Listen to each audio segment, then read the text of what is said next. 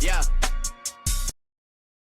Welcome in here to BBN Unfiltered, where Kentucky fans tell it like it is. Guys, we're going to hit a quick preview show for Kentucky, Florida with a special guest. And if you're watching, you may recognize the face or the name. We have Mr. Michael Moreno joining in here with us. Michael, what's going on, buddy? Thanks for having me, Austin. Nothing much. Just ready to talk a little ball.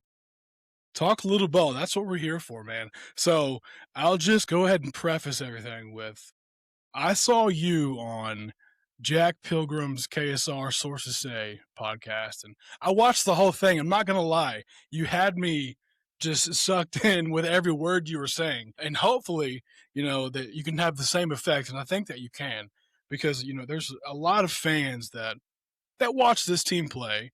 And there's just times where we're just like, gosh, like what's going on? Like what's the disconnect? Like what are the things that we're not seeing as, the average fan compared to maybe like players like you and I might see on a completely different level, right? So before we dive into that, Michael, we actually played at the same high school, right? You were Yes, 20 sir. Were you 2016 or 15? 2019. Oh my god, are you that much younger than me? Yeah. I My graduated in 2019. gosh. I was on coach's last team, so I did not. Okay, I was thinking, dang, now I feel old. Okay, so for the listeners, we came up through the same program, the same regime, totally different time, but the same attitude, the same outlook, a lot of the same mentality when it comes to how we approach basketball, right? So shout out Scott County, shout out Coach Hicks. exactly. Yes, sir. Yes, sir. So let's obviously you have your younger brother who is the starting center Sir. on the team, and for what it's worth, I think Malachi has had a terrific season. I really do. Thank you. But you can kind of Thank just you. open up and give me your 2 cents on what you think is on his end, what he's done this year, and just kind of go from there. Yeah, no, absolutely. I think he's been a shock to a lot of people. I mean, it's not a shock, even to our family, I'll say. And it's not a shock based on his ability. It's a shock just based on the opportunities have come in abundance at this point, right? It's, Right. Yeah. Oh yeah.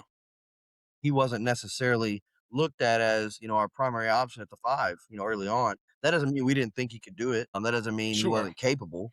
Yeah. And granted, the fan base is massive, right? So you look at from, extensive ball, and hoops junkies like ourselves, and you look at the average fan who just is like Kentucky their entire life, you know, there was a multitude of opinions that people were putting out there. And, obviously, I think the consensus opinion was that this kid is going to be a freshman. He's young. He's got to develop. I mean, we're hopeful that he can maybe give us some impact minutes, but we're not going to expect too much. And even Coach Pope himself said, you're going to see he's going to help us this year, but you're going to see that he's definitely a freshman. There's going to be times where you're like, what in the heck is he doing out there? And there's going to be times where you're like, wow, he's pretty good. Like, this is way better than I thought he was going to be. So I think, it's been a lot more of the surprising of, wow, he's a lot better than I thought he was at this stage. So, it's part of the growth. I think he's been supplemental to, what Oweh's been able to do. Our guards have been tremendous, I think, and have won us a lot of ball games. But I think he's been supplemental to what they're trying to do and a great complementary piece to, I don't want to say salvage, that's not the right word, but to help bring back, in SEC play, what our team was supposed to be as far as in a success category. Yeah. Yeah. I mean, I agree with everything that you just said, and I kind of had the same mindset. Like going into it, I said, "Hey, Malachi he could be a phenomenal talent. Like we can just see it, right? The former player mindset, you can just see his movements, and then physically, I think he's already matured a lot within the last 6 to 8 months, in my opinion. And to me, like my top priority for a coach would be, man, we got to make sure that we do everything possible to make sure that we retain Malachi. But no, I agree with everything that you said. And it's not like we didn't expect him to play. I figured that he would play, but we didn't know Right. that specific opportunity was going to be as present, right? So, and speaking of his opportunity, if he took advantage of it at all, I think he did shine in the Florida game in Gainesville. Now he got in foul trouble, right? Which kind Right. of, again, I don't think it was his fault. It was kind of just their style of play, and we want him to be aggressive, and sometimes you don't know how the whistle's going to be blown on any given night, especially when you're in Gainesville and you're Kentucky, right? No, I think for him, him and I talk every day, and especially leading into games, I try and, just from I can't help myself. I just, from a helpful standpoint, I want him to be able to, acknowledge the work that his coaches do in the film room, and understand that like they're going to prepare you well. But based on simply what his role is, I try and give my 2 cents and just, understanding, the severity of, you know, trouble you can find yourself in if you don't take this front court matchup serious. This is the constant word that we've used throughout the years is opportunity. And for him, it's been, quite a few front courts that we've faced that have been a great opportunity for him not only to show what he's made of, but to learn. Right. And I think, it starts back in December with Gonzaga. That's a very experienced front court. And you could tell that as a whole, that team was not ready for the physicality that we faced that night. And it Right. showed. Yeah. Then you fast forward a few weeks and you've got St. John's, right? You've got Indiana, both veteran front courts, but you see the tide turn quite a bit with, the rookies who are out there, in my opinion. And I think Malachi did a great job asserting himself and understand like I can't play on my heels anymore. I can't let it come to me. Like I gotta be the aggressor. And so you've seen throughout SEC play, whether it was Mississippi State, whether it was LSU, whether it was Tennessee in the second half, the first time, there was quite a few games where you're like, hey, wow, he looks way different than he did a month ago. Fast forward to Florida, you've got the best front court in all of college basketball. You've got the best rebound in all of college basketball. You've got the most experienced front court in college basketball, probably outside of Gonzaga, simply because they're, you know, on their second year, third years at the school. And you're looking at Tommy Hawk as an All American. You're looking at Alex Connon's probably going to get drafted. You're looking at Ruben Chinyalu's probably going to get drafted. And then you have a 7-2 Micah Hanlock who's a fourth or fifth year coming back who's really just around to bang heads. So you look at that front court, it's like, wow, there's an answer for every problem. There's a solution for every need when it comes Yeah. down to what Florida's trying to put out there. So Malachi had to take it into his wheelhouse. So like, man, I've got to really show what I made of and assert myself early. And I think he did that minus the fouls, right? Like I think had he not been in foul trouble, and we can speculate about this all day, but had he not been in foul trouble, I think he was the best big on the floor. And I think he could have been around 15 and 15. I don't think that was out of reach. I don't either. I agree. I agree. And I can remember doing that post game with my co-host, and I said, "Man, Malachi played a game, and he only played 22 minutes being in foul trouble." Mhm. I was like, "You give him Right. another 12 minutes when, on that same pace." I agree, man. He was the best big man on the floor for the majority Right. of I think, because in reality, and we'll go ahead and dive into it. I think a lot of what got us beat, we were so keyed in on the inside, on the interior, stopping the Mhm. bigs from those entry passes, and we kind of let those guards slip and hit some rhythm threes that kind of, especially towards the end, ended up being daggers. Right. Right. I think So for me, I learned in my time playing that a lot of coaches, they do buy into the percentages. Like my coaches in school, the way it would work when we'd scout a guard or a team that necessarily wasn't the best shooting team, whether they're like 32%, 33% as a team, they may have one or two guys to key in on. But as far as the grand outlook, most of the guys on the team are subpar to average shooters. So it's like, okay, we'll play the percentages as best we can. So I think when you take it at my tier, I was playing in the OVC my first 2 years and the ASUN my last three. So at my level, percentages generally tell the story.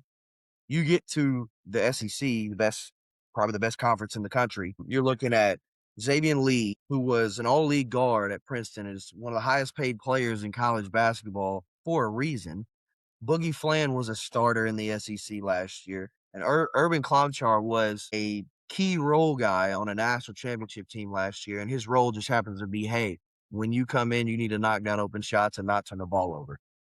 So that being said, Florida's percentages didn't look very good on paper. One of the worst shooting teams in the SEC going into that game, and you can play the dare 'em to shoot game, but Sure. as you know, you and I both being shooters in our day, I always love to see a teammate get dared to shoot because it makes it easier on me as the shooter to say, well, he's probably going to hit him. I've seen him hit him. Yeah. And I think that's what we did early with Xavier Lee. Let's go under the ball screen, make him beat us out there. And that's No, what happened. I agree. I agree. And I've harped on this several times within the last few weeks specifically. There's a big difference between a rhythm three and an ISO desperations. You got to get separation three, right? Like if you're coming down on transition and the guard drives and kicks, whether you're hitting the corner or relocating, that's a rhythm three, right? If it's you're going one on one like Jamal Murray type stuff three, okay. Well, unless they're Jamal Murray, that percentage is going to be pretty low. But I think a lot of the threes that Exactly. we gave up in that first Florida game were all rhythm threes. So that's why they hit them. And some nights you're just on, more so than others. Exactly. So as far as like the game plan, to me it looks like they executed it to a T, and maybe it just I kind of agree. bit them in the butt a little bit by just giving up too I many agree. looks on the perimeter.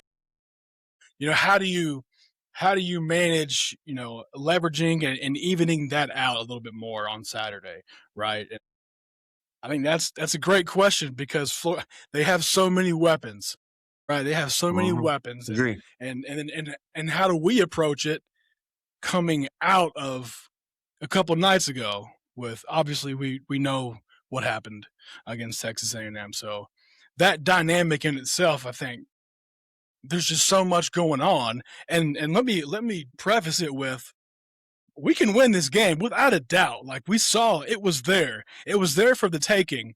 Will we go and take it? Right? Mhm. That's a great question. I think with the team we have, everybody in the country is beatable. Luckily for us, we just have to play in the SEC right now where we are familiar with our opponents. I think the name of the game for Saturday is trust. You have to trust that your teammate's going to have your back on defense. You as an individual have to trust the scouting report. Because I mean, here's the thing: we played for one of the greatest coaches to ever coach in the state of Kentucky, right? And we knew that that staff was going to have us prepared. Now, granted, we knew we were talented, and our team was Sure. generally the better team in most nights. But we trusted that our staff was going to have us prepared with what we needed to know. These kids have to submit themselves to that process and say, look, these coaches watch a lot more film than I do. Right. Numbers aren't going to tell the whole story. And when we watch clips, and I got to pay attention, right? So, like, also as a ball player on the other side of the coin, it's having trust that your gut as a like you're playing at Kentucky, okay? Yes, you have a lot to learn. You can learn any day. You can learn everything every day. But you're playing at Kentucky. You need to trust your gut in some of these defensive instincts. Like if you need to be a little more aggressive in the ball screen coverage, suggest it. See where it Yeah. goes. And you see in some of the videos, they have a lot of open dialogue, right? Like in the huddles, Yeah. the coach will ask what the guys are seeing. They'll ask each other what they're seeing. Like suggest it. If you need to trap a ball screen, or you need to hard hedge, or you need to you know attack Xavier Lee or attack Boogie Fan in the ball screen coverage, do it. I don't see why not. I think with the Yeah. group we have, it just comes down to trusting one another. And the scouting report is going to tell a story, but the game always tells a different story. There's going to come a time. Tommy Houck is our primary focus, I would think. Yes. He's playing like an All American, but Tommy Houck last game, he got all his stuff within rhythm, right? Like this game, we can't let the guards dictate the flow of the offensive, you know, juggernaut that is Florida right now. Like they Sure. can't be coming off ball screens and shooting shots like they're in a workout, right? Like Xavier Yeah. Lee's having to shoot off dribble threes, but you can tell he's been used to coming off ball screens, pound dribble, pull up three. He's been used to probing in the paint, stepping back, three. It's that stuff, right? And you know that these guys work on these things. We're playing into their hands with what they're working on. We need to make them uncomfortable and try to get them to do more unorthodox, uncomfortable things. That's very well said. I agree. Very well said. And for what it's worth, I think that Texas A&M made us look pretty uncomfortable, and it was evident that there was a hard switch at a specific point in the game, and it was comfortable. Colin pulls up, we get a layup, overcome pressure, pass out of it, everything's smooth, and then boom, uncomfortable happened fast. And you have to adjust on the run, right? I mean, that's just part of that's basketball. It's a rhythm game. You got to feel it. You got to feel it. So Right. we can let's go ahead and let's pull up a couple clips so we can kind of just pull up here and watch and maybe try to break it down a little bit. We'll All right. see. Let me get this pulled up real quick. Hopefully we can get this to work. Boom. So like right there, and that, can you see that okay? It's Yeah. probably it's Yeah. probably a little small. Absolutely. So that looked to me like we just kind of lost Clapshar, right, on the transition while Lee was kind of, snaking in the middle of the paint. He was looking for Right. someone to dish it to. At that point, maybe it was just a miscommunication on our matchups. Right. Granted, you look at it from the play before the first clip in the sequence, Lee probes, gets down to the paint, pivots, gets a clean look off, right? I don't think Colin played bad defense in that possession, Yeah, but we probably could have got a little bit closer of a contest. Like I get it, right? You're sure. biting on ball fakes, it happens. We've all been there. Yeah, But in this situation, he's getting in, probing. Once he picks up his dribble, now, granted, I'm not in the practice, arena every day. I don't know exactly to a T what they teach, but I know that most, basic defensive principles when the guard or the ball handler picks up the ball, especially when you're trying to be in a slight denial, you run and you find your man, right? Like Jasper's in help, right, but Jasper's gotta be a little bit closer to Klavchar. Like, you're dropped into the paint. There's really not a roll big in there because Handlock was at the top of the key. That's who swung it, right? Or Isaac Brown. I think I was one of those two. But they swung it to Klavchar to get a catch and shoot three. Like, Jasper's not necessarily down to help, but he's right. also not close enough to his guy to get a great contest. He's Yeah, still there, but that's an SEC open shot, right? Like yeah. that's what you see. You get a high hand, but you're a little bit late. And I mean, that's what we shoot. That's what we shoot in workouts. That's what we shoot in practice. That's what we shoot in the morning. I get late closeout jump shots. I'm supposed to take those if I'm cloud chart. All day, right? And what this is one thing that kind of stuck in my head, and it's Coach Hicks's fault. And he would always say, "Butt to the baseline," right?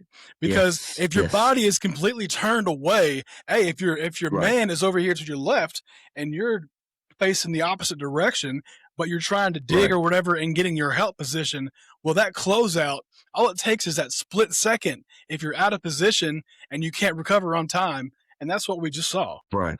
right? So I think Exactly. like that, Exactly. those little things of positioning, they go Hmm. so far. And to me, it's like, man, that has to be locked down, like no questions asked. Like we know what to do from day one, starting in October. Right. Can we run that clip back just Yeah, real quick? let's run it from the very beginning. Yes. Yes, from the very beginning. So the differences in these Chinyaru's going possessions, to you check look back at into it, the right? game. Chandler's Lee's here got in the this ball on a switch. string, man. He is just Everybody's handling it. attached in this first That's just little easy. bit, right? He worked Always his in the way paint, down, but and everybody's attached. Isaiah Brown This and one, Lee. it's another transition clip. Boom, as soon as he picks it up, Clapshar. Jasper, Yeah, he's got can't no leave him urgency, open. right? Getting out to that closeout. Like, he's Chinyaru's Yeah, going to kinda check back into the kinda game. trotting Lee's over there. He drops in to be, because they teach build a wall, right? You want to stop the ball at all costs. As soon as he picks up, you got to sprint out, right? That's not a, hey, Sunday can't stroll, like lollygag, sprint right? out. Yeah, Yeah, sprint out, get you a closeout, because here's the thing, Jasper's 6'9" wingspan. I mean, he's deceptively athletic, and he has defensive potential, right? Like, sure, he's got it in him. hundred And percent. so when it comes down to it, like that's the shift, in my opinion, because everybody's been pretty hard on him this year. That's the shift, in my opinion, that takes him from saying, okay, he's probably our best creator from a guard standpoint. Now he's competing on the defensive end, and it's like, okay, Jasper, you just bought yourself an extra 4 minutes a game, attached onto your segments, right? So you're looking at going from 12 to 14 minutes to 18 to 20 time frame. So you're playing almost half the game because now I know you're competing on the defensive end and we have you out there to create. And you're going to get much better rhythm if you're getting a little bit more, opportunity to kind of play within the flow. You're going to understand it. Jasper is a very, very talented basketball player. It's just a matter of his competitive edge. It is like right here, and it's all we got to do is bust through that wall. Like the wall is right here. All he's got to do is bust right through, and I think he's going to be perfectly primed, and he's going to be more than acceptable for what we're looking for, right? Yeah. Yeah, no, I agree. You can just see it, and he has just a raw athleticism and offensive ability to create, and his shot is beautiful. But there just might be a few intangibles that just aren't in place yet. And let me ask you this, and I don't know a whole lot about OTE. Do we, is that when it comes to like the little things and the commitment to the overall, team's game plan?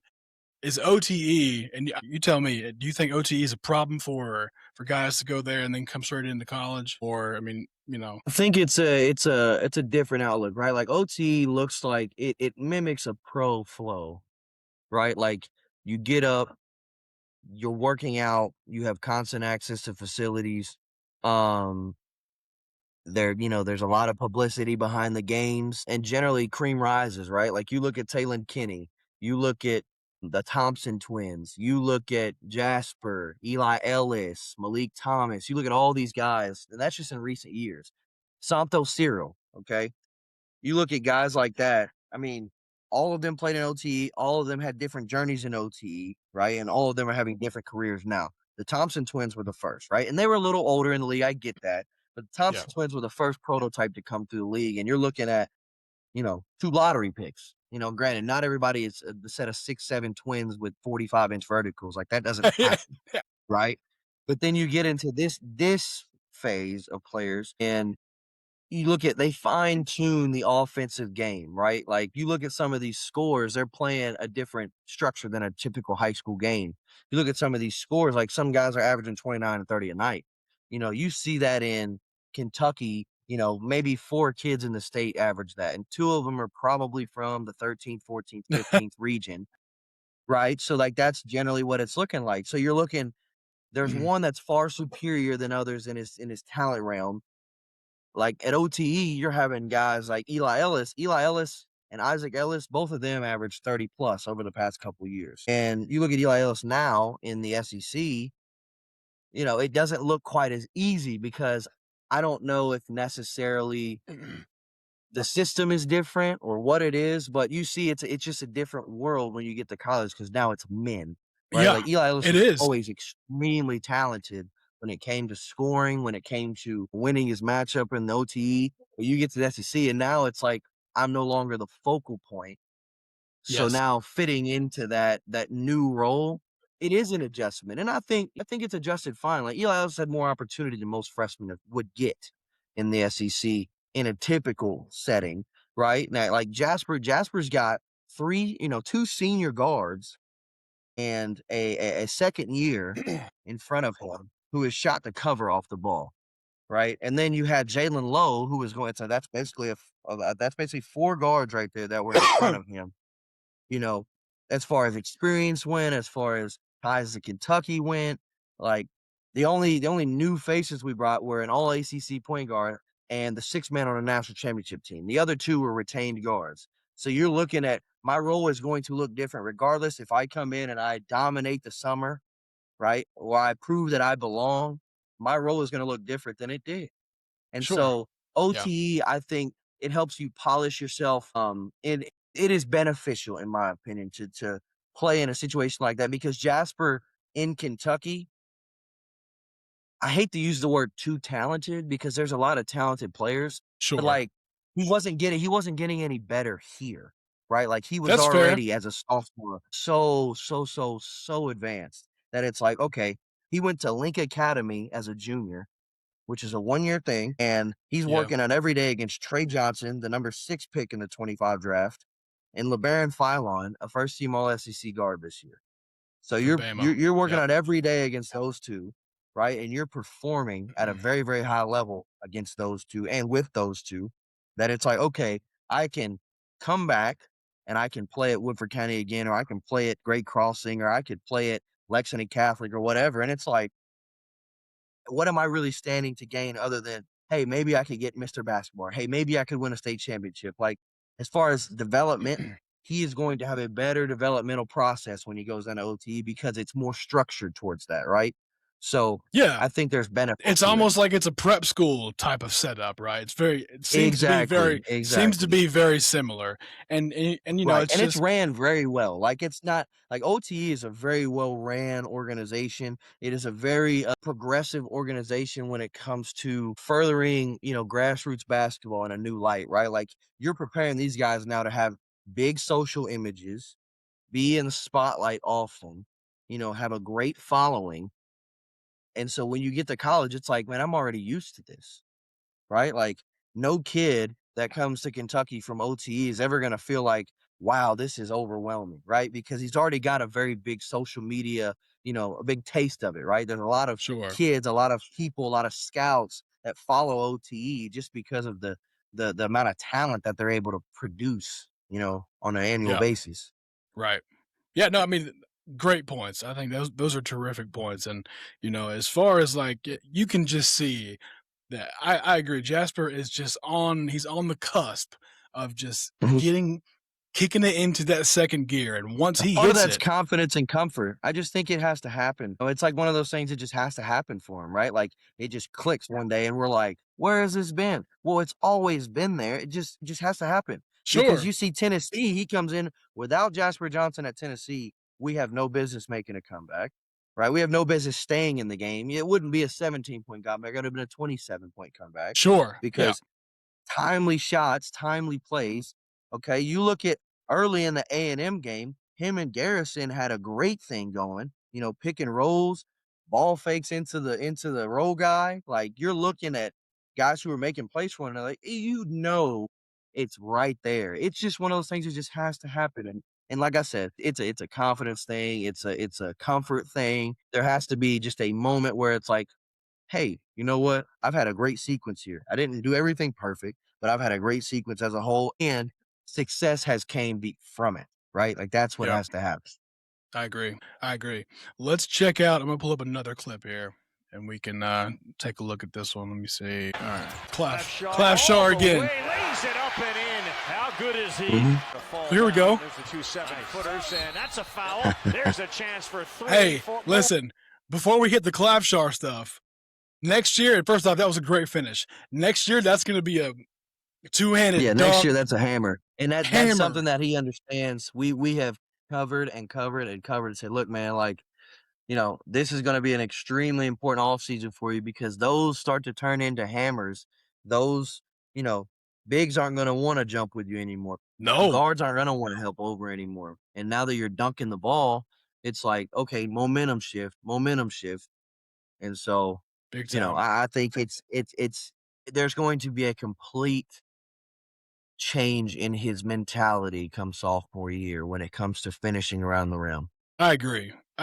So if we look back at the beginning here, again, I think we just lost Clav Shar. I mean, he's camping out in the corner. Yeah. Right. Part of that too.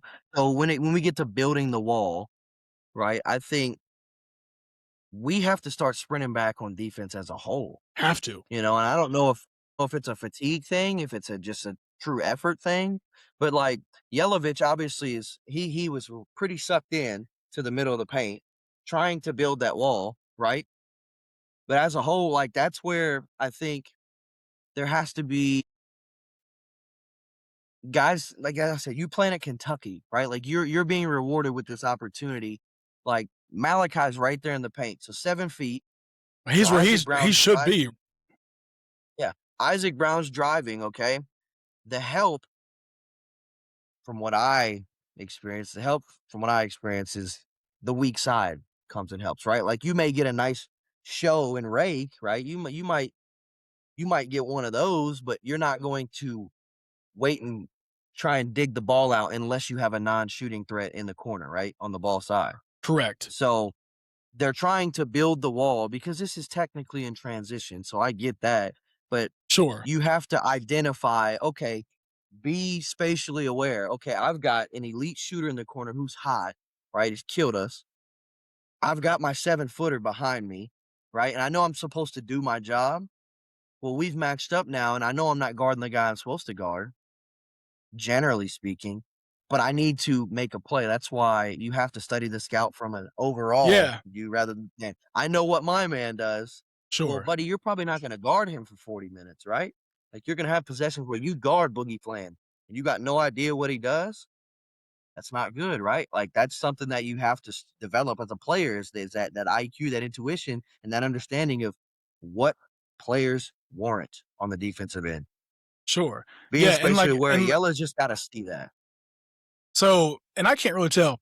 Was Yelovich, is he supposed to be the one guarding Clavsar here? That's a Or great question because or I don't I know who's guess in front there's of somebody in Malachi. front of Malachi, I guess. It must Yes. be So I guess Denzel or Denzel's right here. no, that is He's Denzel. right So above the score ticker. so Oway is right here in between the guards at the top of the key. You've got Yelovich. Whoever is there behind Malachi, it just makes me wonder. I think it's Jasper. I don't know if Yelovich got blown by Here, or if it was this guard that got blown by because whoever it is, it's a product of Yelovich and Jasper. let's So, or look at whoever that guard is, I hate Foul, to throw. Clavsar. Yeah, it is Jasper. So yeah, I and don't know if listen, you see the and like very beginning of the clip, but whoever was getting blown by is that like the bad things happen in threes. So get blown by. Yelovich has to help. You kick it out. Now you give up a three. There's your third. So and like let me make one thing crystal clear. Like we're not bad. I'm not gonna bash dudes for not, you know, right, we're just trying to explain to our listeners, like, okay, there is a specific game plan to these specific scenarios that are drilled and simulated on a regular basis, and maybe, right, like you said, the click just may not be there yet, and it can be. You know, sometimes it's not just like everyone can't be John Wall and Jamal Murray and De'Aaron Fox. Like, you know, it's the luxury of that world just it's not reality, right? And we right, us as Kentucky fans got spoiled for a long time, and the expectation, you know, maybe especially for freshmen, was elevated at a very very high clip, and you know stuff like that won't be happening as often, I think, next year when they return sophomores, juniors, etc. agree, agree. Yeah, but you know, like so like it's there. Kentucky can win this game. Like you said, can they come out and take it on Saturday? Can they come out Mm-hmm. and take it, make the decision? Like, and I listened to Pope's press game against Texas A&M, and I think he said something like the lack of ability to pass and gather or collect a pass, like that to me is just, it sounds more like there were times where effort wasn't fully there, and maybe because of the scramble, or you were a little bit just out of your mind because things change, and you got busted so quickly in a, you know, 60, 90 second span, to where, like, okay, those little things then get magnified, right? So if they decide to overcome that when a couple things go wrong, then it should be there for the taking.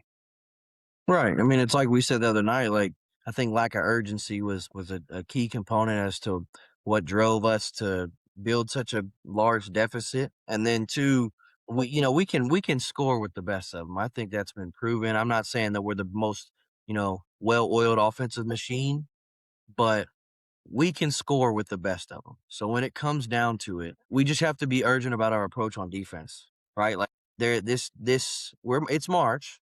There isn't really a time for a mental lapse to happen once every 3-4 plays, right? Like Yep. Yep. at this point in time, guys are pretty understanding of what the coach means when they say, hey, use your championship chest on a drive. It doesn't entail using your hands. It's hey, use your chest, slide, make the effort because you've shown you are capable of doing so. So make the extra effort on Saturday, and I think we find ourselves in a totally different realm. Because Florida, for as good as they've been for the past month and a half, Florida has been twice as good in Gainesville, right? Yeah, Like at agreed. home, they're humming. This game at the time was for sole possession of first place. Yes. So, I think Florida has to prove, they're trying to be a 1 seed. Like that's what they want.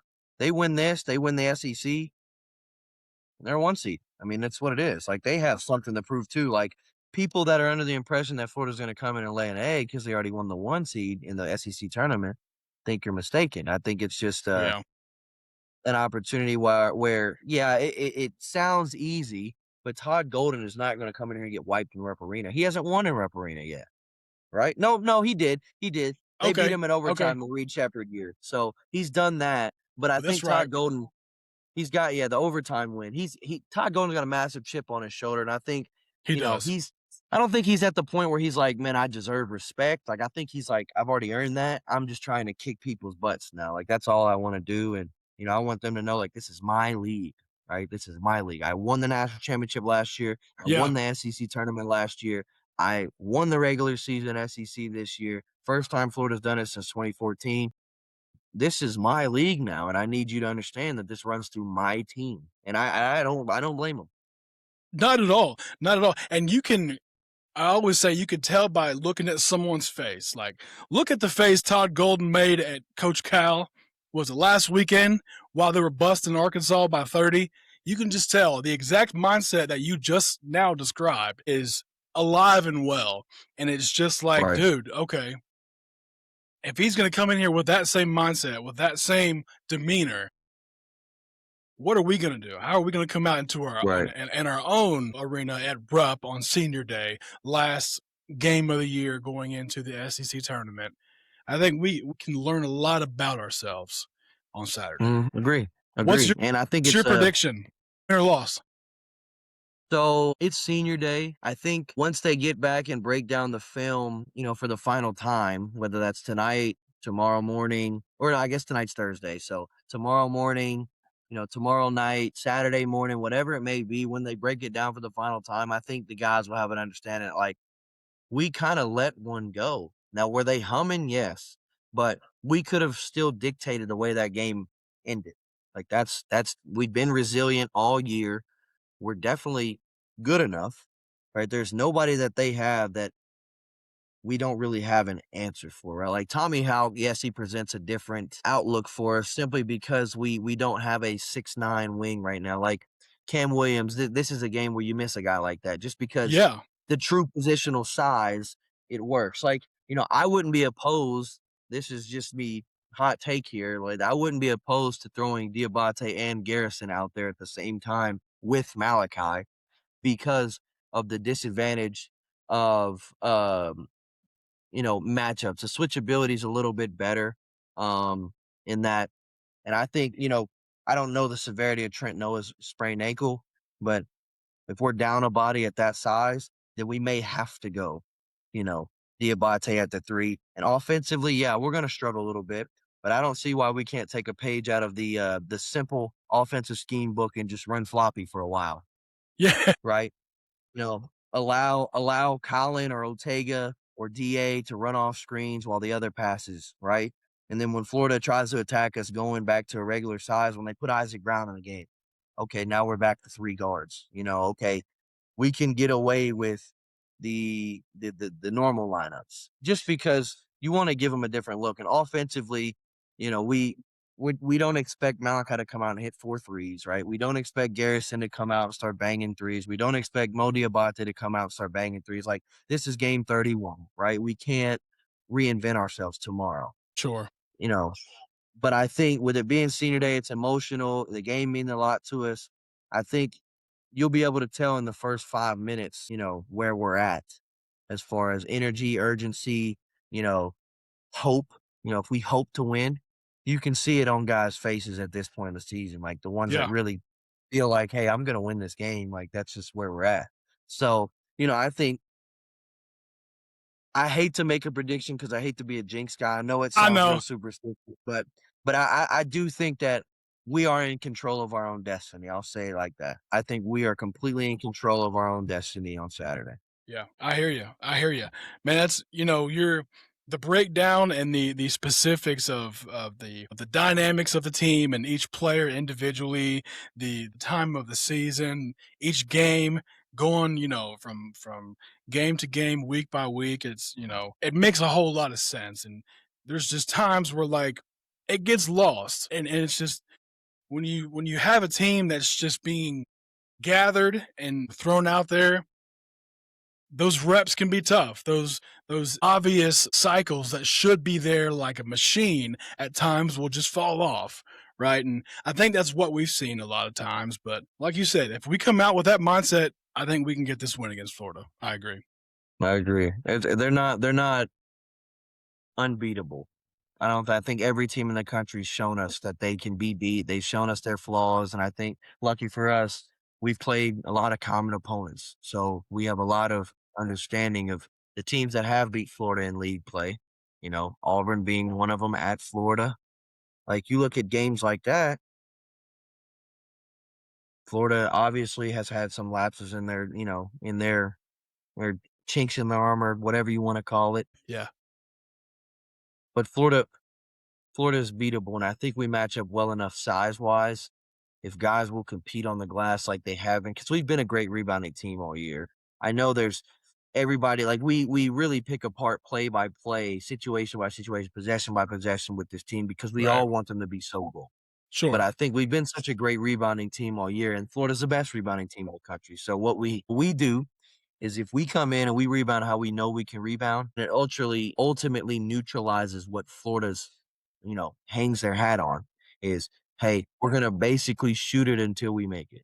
So, we have to control the glass, limit them to one shot, put ourselves in position to be able to execute and not have to play from behind. Like we can dictate all that if we just control the glass.